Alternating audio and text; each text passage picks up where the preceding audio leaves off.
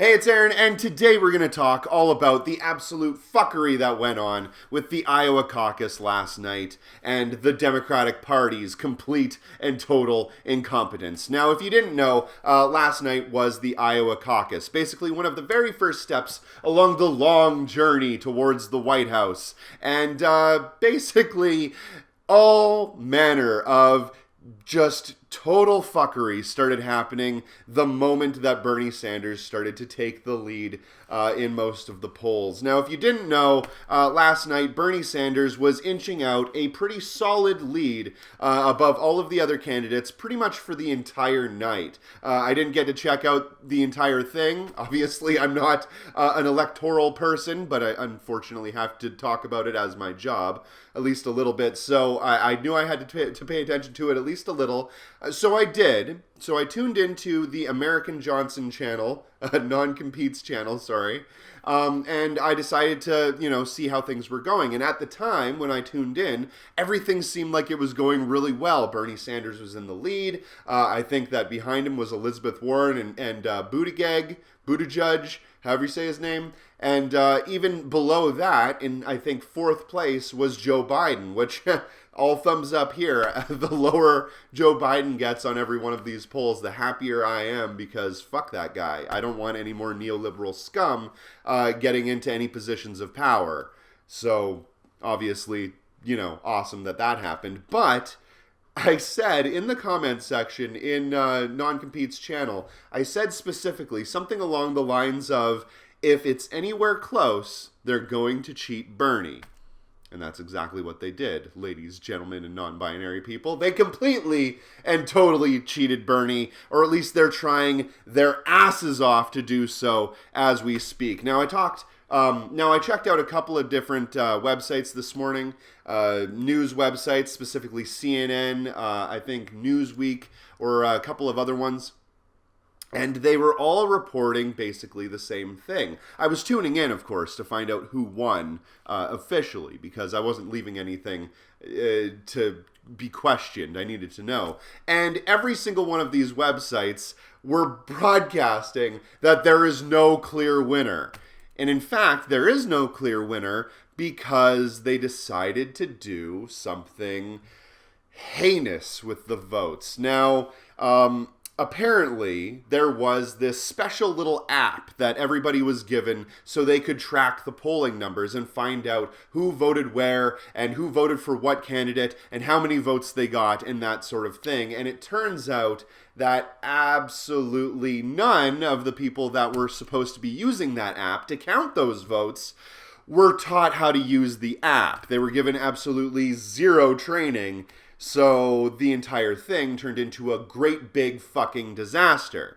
Well, not to be stopped by this, of course, we haven't always had apps. There were other ways to do this in the past. So the chairman for Polk County, I'm not sure. The chairman for Polk County in Iowa, basically Iowa's largest, most populous district, they said, you know what, fuck this app. We're not going to be going by the app. We're going to do this the old-fashioned way, and we're going to count the votes, and we're going to phone them in.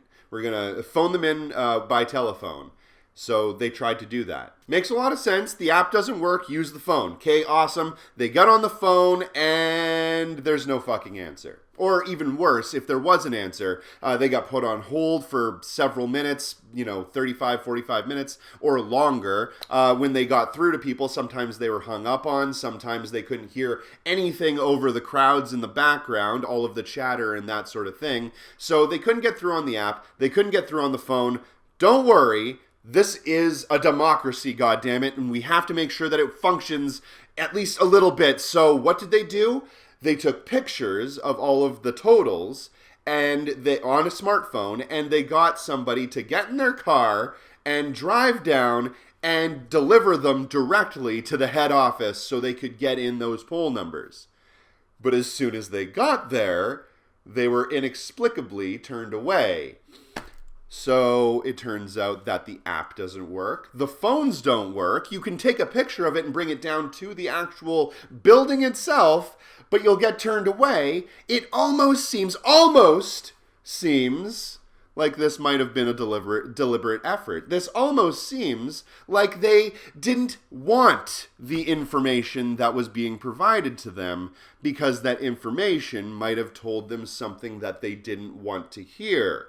Possibly that Bernie Sanders, the one candidate that they can't stand the idea of him winning, actually won. And of course, there wasn't just that.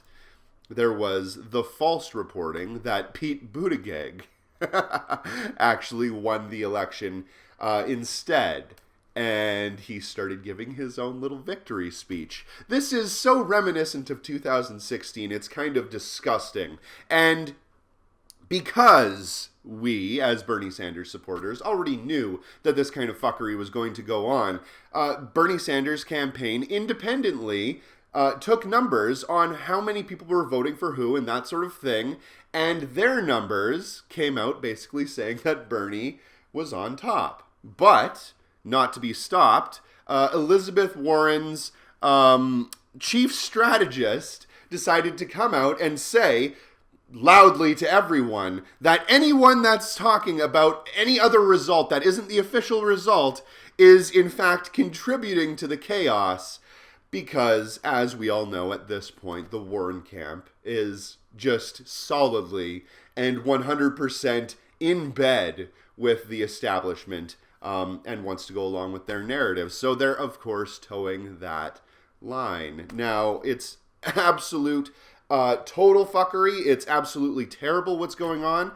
It drives me nuts that we are actually living in this world where we can't even have a democratic election where somebody that is popular and populist and wants to help the people comes out on top, and they're so afraid of that result that they have to do everything in their power to make sure that nobody actually sees it. I can't believe that we live in a world like that. But I'm not surprised anymore. I'm just more and more disappointed. Anyway, that's my show. My name is Aaron. Thank you very much for watching. Have a nice day.